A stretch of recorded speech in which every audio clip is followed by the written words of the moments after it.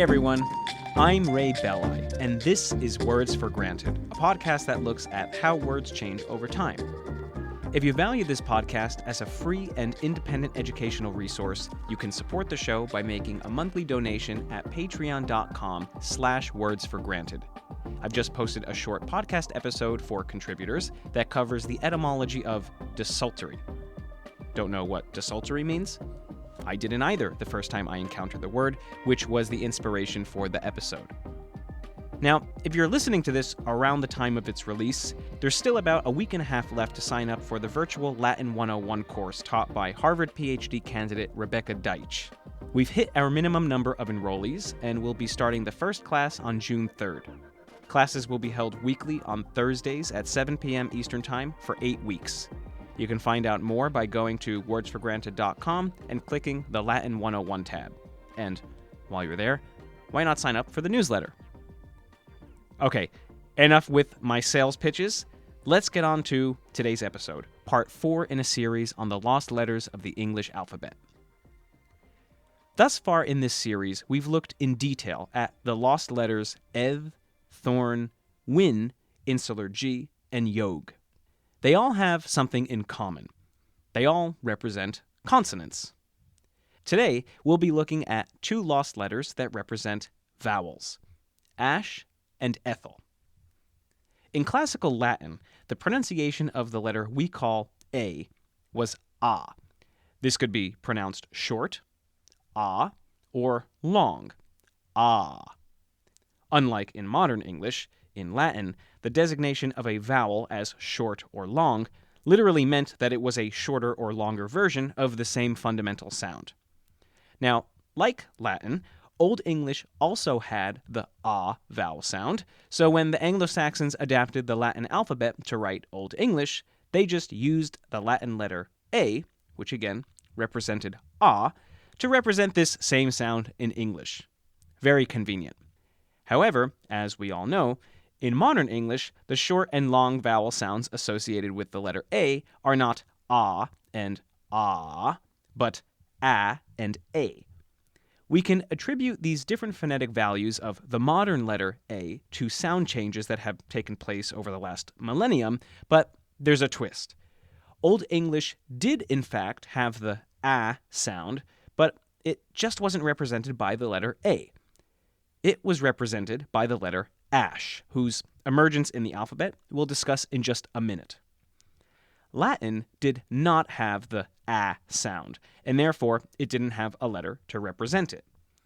We've seen this scenario before in previous episodes in this series, and the way that the Anglo-Saxons solved the problem of having native English sounds that don't neatly map onto Latin letters was either A, by borrowing runes from native Germanic runic alphabets that represented these sounds, or B, by modifying existing letters of the Latin alphabet. The lost letters thorn and win were runes, while eth and yog were modifications of the letters D and G, respectively. In order to represent the a sound, the Anglo-Saxons sort of used this second method of modification to create ash. I say sort of because ash is merely a ligature of A and E. A ligature is when 2 letters are fused together or connected in some way to form a single character. It comes from the Latin word ligatus, meaning to bind. While ligatures in English have been on a decline for the last century, many of us are familiar with the concept of connecting multiple letters with a single continuous stroke in the form of cursive writing, though, to be fair, cursive writing is very much on the decline too. Ligatures have an ancient history, and they're not unique to English or even to the Latin script. As far back as Sumerian cuneiform, scribes have been using ligatures as a way of saving both time and space. Ligatures were also popular during the early days of the printing press for the same reason. Having press blocks with multiple letters linked together as a single character would save the printer time and space on the page. Historically, the most common ligature-forming letter in the Latin script was F. Fi, Ff, and Fl were often printed as a single character with one of F's rightward-facing parallel lines linking up with the adjacent letter. The letter S was also used in many ligatures, particularly the now extinct long S variant of the letter, which is a topic we'll discuss in a later episode in this series. Actually, the symbol ampersand, which is, the symbol we use to represent and, that began as a ligature of the letters E and T, because et was the Latin word for and. But the Old English ash, which again was a ligature of the letters A and E, was different from all of the ligatures just mentioned. The sound of ash did not correspond to the sounds of the letters A and E pronounced in succession, whereas ligatures like Fi and Fl would have been pronounced th and fl. The ligature ash was actually a letter unto itself, representing a sound distinct from that of either A or E. In Old English, A said ah and E said a, while ash said ah. In early Old English manuscripts, a digraph where A and E appear as two separate letters was sometimes used to represent the ah sound, albeit unphonetically, but by the 9th century, the ligature where the two letters were fused together became the standard way of representing this sound. So why did the Anglo-Saxons call this letter ash instead of just ah? Ash was the name of the rune that represented this sound in the Futhorc. For those who haven't listened to the previous episodes in this series, the Futhorc was the runic alphabet used by the Anglo-Saxons before adapting the Latin alphabet to write Old English. The runic alphabets were a set of related alphabets used by ancient Germanic tribes to write ancient Germanic languages. The rune ash looked a little bit like the letter F, but with the rightward facing parallel lines slanting downward at 45-degree angles. The similarity in appearance between the rune ash and the letter F may be why Anglo-Saxon scribes chose not to borrow this rune directly. As we saw in the previous episode, the rune win was borrowed into the Anglo-Saxon Latin alphabet to represent the w sound, and one of the reasons it faded out of usage so quickly was probably because it looked so similar to the letter P. Unlike the other lost letters we've looked at in this series, which are all obscure outside the realm of English scholarship, some of you may be saying, "I've seen ash before." It's in some old-fashioned renderings of words like encyclopedia, archaeology, eon, and proper nouns like Caesar, Aeneas, and Egypt. Oh, and in that Tool album, Enema, from the mid-90s. The title of that Tool album is actually a made-up combination of the words anima and enema, but in these other examples, you're totally right. They are sometimes anachronistically or stylistically spelled with a ligature that combines A and E. However, these ligatures are not the distinctly Old English letter ash, though they are identical to it in appearance. These ligatures are merely a stylistic contraction of the letters A and E in Latin-derived loanwords. So, what's the difference? Well, in Latin, the letters A and E appear side by side frequently, not as a ligature, but as two separate letters, and this letter combination is pronounced I. This might seem similar to modern English digraphs like OO for oo or AU for aw, where two letters are used to represent a single sound. But in English, the phonetic pronunciation of two O's in succession, or the letters AU in succession, don't correspond to the pronunciations of the OO and AU digraphs. But in Latin, the sound I actually does correspond to the pronunciation of the letters A and E. Recall that in Latin, A said ah and E said a. And if you say ah and a back to back very quickly, I, you actually get the vowel I. The vowel I is a special kind of vowel called a diphthong, which is a vowel sound that glides from one vowel to another within a single syllable. Now, sometimes Latin scribes would combine A and E into a ligature identical in appearance to the Old English ash, but the motivation here was not to create a new letter with a unique sound, but, like I mentioned earlier, to save space on a piece of papyrus or on a stone inscription. The Latin written record attests all sorts of unstandardized ligatures combining letters such as V and E, I and N, T and I, and many more. More often than not, the letters A and E were not combined into a single ligature, and when they were, it was unremarkable. The reason I'm going over all of this is just to enforce that, number one, the Old English ash was not a continuation of some standardized Latin ligature, and number two, that the pronunciation of ash as a in Old English has no Latin precedent. But if this is the case, you may be wondering why some Latin-derived English words were historically printed with an AE ligature. These include words I mentioned earlier, in addition to some others like gynecology and Aesop, as in Aesop's fables.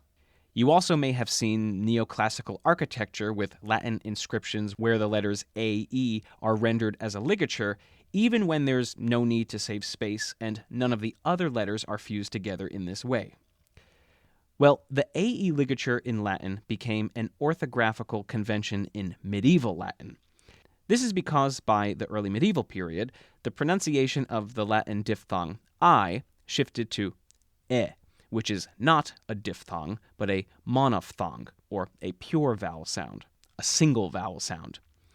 In response to this sound shift, scribes used the AE ligature as a way of preserving the etymological spelling of words containing these letters, while simultaneously indicating that the letters A and E should not be given their traditional phonetic values. Like I said, this was an update to classical Latin orthography, because in classical Latin, this ligature would not have signaled anything special at all. Another way scribes responded to this sound change was by using the E caudata, or tailed E. This was simply the letter E with a hook-shaped diacritical mark at the bottom.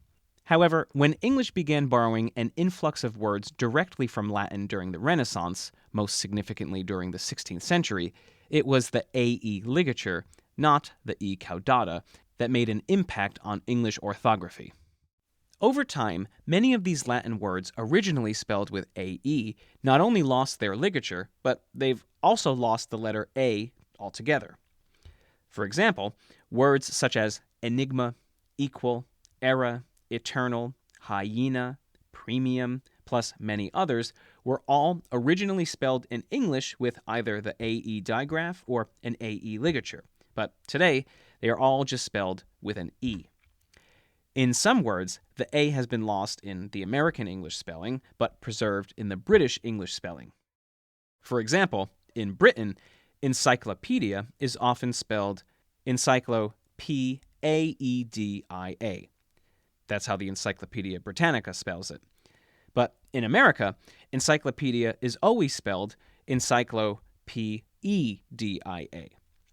There are similar spelling divides between British and American English in words such as orthopedic, hemorrhoid, medieval, anesthesia, panacea, among others, with the British spellings being more etymologically conservative. To the disdain of some British English purists, in future generations, and even in the current younger generation, I think it's inevitable that these more conservative spellings will eventually give way entirely to their simpler, more phonetic American English variants. We've spent a long time digressing from the Old English letter ash, so let's get back to the letter that sparked this whole discussion. Unlike the Latin ligature AE, whose vestiges still occasionally surface in the 21st century, it's difficult, if not impossible, to determine if a modern English word was formerly spelled with an ash in Old English just by looking at the word today. That's because, after ash became extinct, the letter that replaced it was inconsistent from word to word. Let's look at some examples. In Old English, the words after, that, and father all contained the letter ash. After was spelled ash, F-T-E-R, that was spelled thorn, ash, T, and fader was spelled F-D-E-R. Today, these words are just spelled with the letter A. So, in some words, ash gave way to the letter A. In Old English, depending on the dialect, the words England and English itself were sometimes spelled with an ash, while today, these words are of course just spelled with an E. In Old English, the word for either was awather, spelled A-H win, ash, thorn, E-R. And in this case, ash gave way to the digraph EI. Note that that last word contained 3 lost English letters: win, ash, and thorn. The variant spellings of these modern descendants of words that once contained an ash are due to a number of complex factors, such as regional pronunciations, language-wide sound changes, including the Great Vowel Shift, and historical developments unique to individual words. With the advent of Middle English in the mid-11th century, the letter ash fell out of usage. If you've listened to previous episodes in this series, you may be thinking, I know why. You're thinking I'm going to say that after the Norman French conquered England in 1066, French began to exert a strong influence on English, and Norman scribes didn't like using uniquely English letters like ash, thorn, and win. That's a great intuition, but even though French didn't use ash as a unique letter to represent the a sound, which was foreign to Norman French, French scribes would have been familiar with the ligature combining a and e. But even so, the main factor contributing to the decline of the letter ash is actually the decline of the a sound itself in Middle English. Now, hold on. Don't we still have the a sound in modern English? Yes, we do. But it was lost at the beginning of the Middle English period and then re-emerged during the early modern English period as a result of the Great Vowel Shift. In Middle English, a said ah, which is a back vowel. The a sound associated with the Old English ash merged with this ah sound, which is to say that it moved back in the mouth. During the 16th and 17th centuries, this back vowel ah moved forward in the mouth, resulting in a, which then reintroduced the a sound into modern English phonology. Ash may be a lost letter in the English alphabet today, but it actually still lives on in a handful of other modern alphabets, most notably in Scandinavian alphabets, including Norwegian, Danish, Icelandic, and Faroese, but interestingly, not in Swedish. The inclusion of ash in these modern Germanic alphabets traces back to the orthography of Old Norse, and Old Norse can trace back its borrowing of ash to Old English. Ash is also used in the International Phonetic Alphabet as the universal symbol for a. This may seem odd to us because a says a is one of the first things that we learn in school, but English is actually unusual in this respect. In most languages written with the Latin script, the letter a represents an ah sound. As we've already mentioned, this was the original sound associated with the letter in Latin.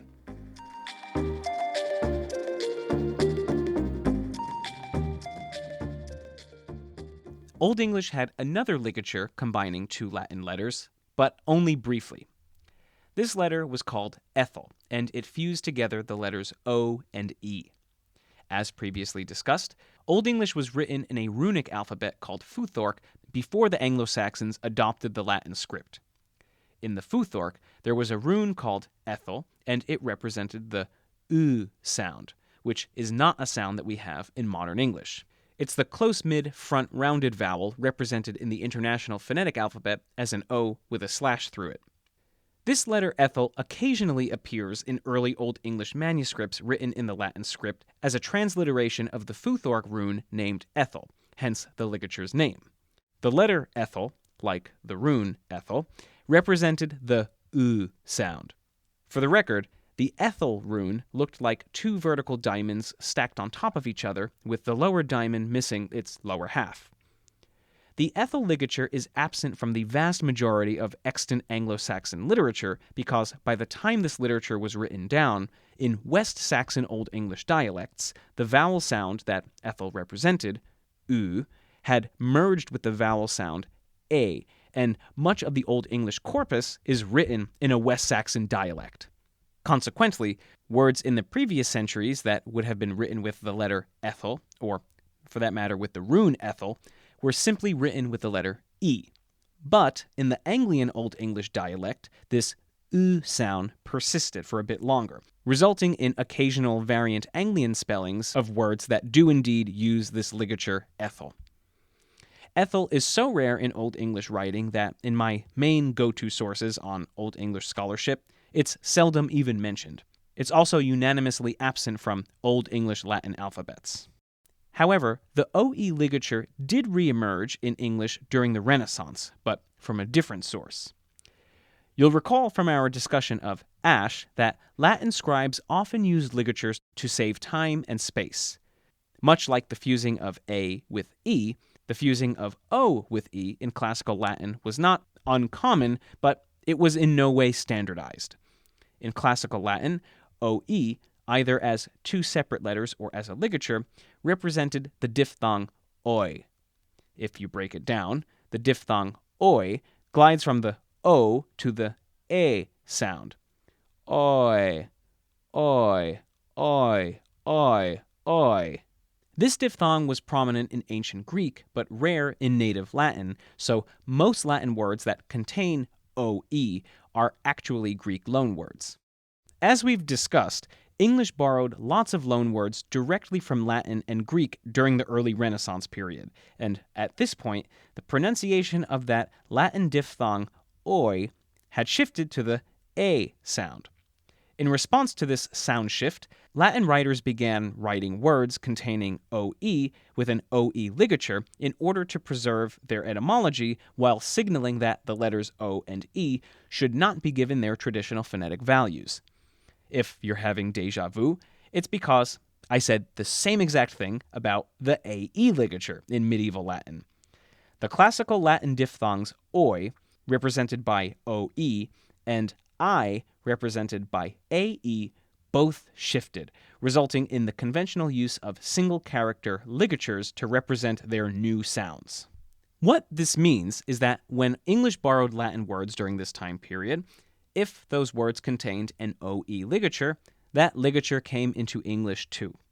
Again, same story we heard with Latin loanwords containing the AE ligature borrowed during this time period. It may be tempting to call this OE ligature Ethel, but that would be anachronistic. Ethel was originally a Germanic rune that had nothing to do with the Latin script, and the sound associated with Ethel and the sound associated with the Latin OE digraph are different. A short list of Latin loanwords that originally would have been written with an OE ligature includes amoeba, diarrhea, gonorrhea, esophagus, economy, tragedy, onomatopoeia, subpoena, and phoenix. Of these, amoeba, onomatopoeia, subpoena, and phoenix have retained OE as a digraph in modern English, while diarrhea, gonorrhea, esophagus, economy, and tragedy have not. Only the E half of the digraph remains. As we can see from this set of words, the vowels once represented by the OE ligature, or the OE digraph, have resulted in a few different pronunciations in modern English. As it turns out, these modern pronunciations usually follow predictable patterns. This would be much easier for me to demonstrate to you with a chart than over audio, but I'm going to try. In words where the Latin OE digraph is followed by another vowel, it's pronounced as a long E in modern English. We see this in words like onomatopoeia and diarrhea. Diarrhea is one of those words that has lost its etymological O, but it used to be spelled diarrhhoea.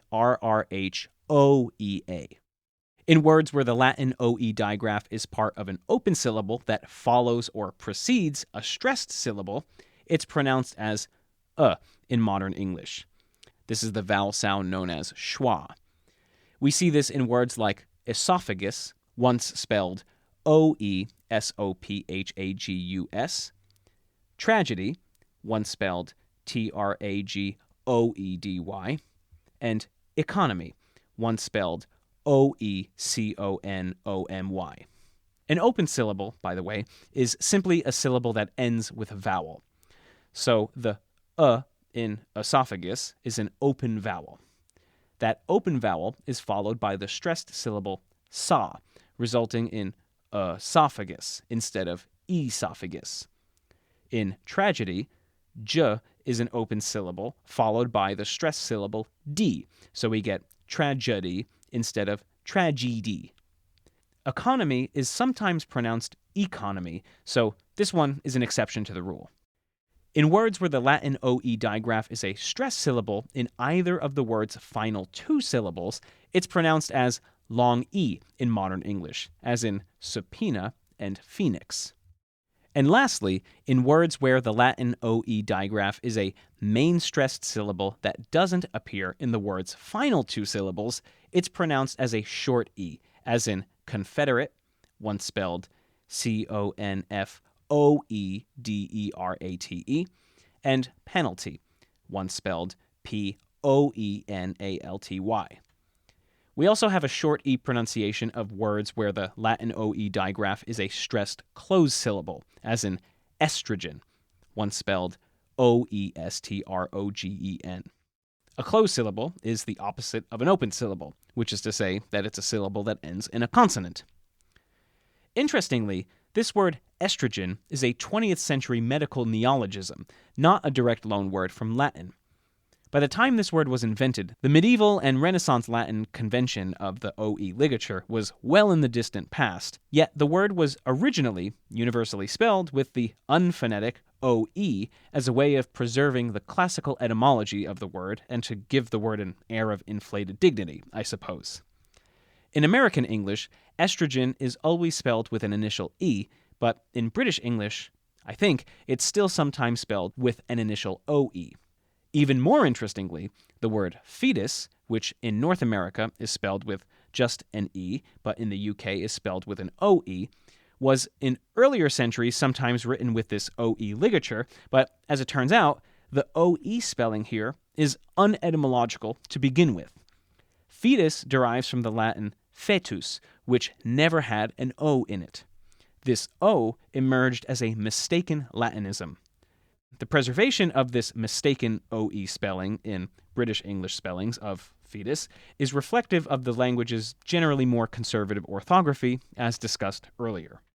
Now, if you are a British English speaker, I'm curious if you have strong opinions about these more conservative spellings containing OE versus the more phonetic but less conservative North American ones. Do you use these spellings consistently? Sometimes? Never? I'd love to know. So shoot me an email at wordsforgranted@gmail.com. Anyway, I'd venture to say that the most common place to find the OE ligature in modern English spelling, in both American and British English alike, is in a single word: hors d'oeuvres. Now, as I was typing the script for this episode, I misspelled hors d'oeuvres, and it was autocorrected with O and E rendered as separate letters, but on a restaurant menu or on a frozen food package that's trying to seem fancy or authentic, you're likely to see hors d'oeuvres spelled with OE as a ligature. Hors d'oeuvre is a French loanword that refers to appetizers, finger foods, or other small dishes. It literally means outside of the work, suggesting that hors d'oeuvres are served separately from the main meal. The reason that the OE in hors d'oeuvres is sometimes represented with a ligature in English is because in French, which is where the word comes from, there are a handful of words in which the OE ligature is not optional. The et dans le is a standardized part of the way these words are written, marking a different pronunciation from when the letters O and E are written separately. French words such as cœur, meaning heart, sœur, meaning sister, and œuf, meaning egg, are all always written with OE as a ligature. However, the et dans le is not alphabetized as its own letter in the French alphabet. There is one alphabet where the OE ligature does have the status as a letter, and that is our old friend, the International Phonetic Alphabet. The OE ligature, or et dans le, or Ethel, or whatever you want to call it, represents the open mid-front rounded vowel, E. All right, that's it for today's meandering odyssey into lost letters of the English alphabet. I hope you had fun and that you were able to follow along. Again, if you love the show, I encourage you to leave a rating and review wherever you listen to the podcast. And again, if you want to support my research and the regular output of content here, you can become a monthly contributor at patreon.com/wordsforgranted or make a one-time donation at paypal.me/wordsforgranted. Have a great day. I'll catch you next time.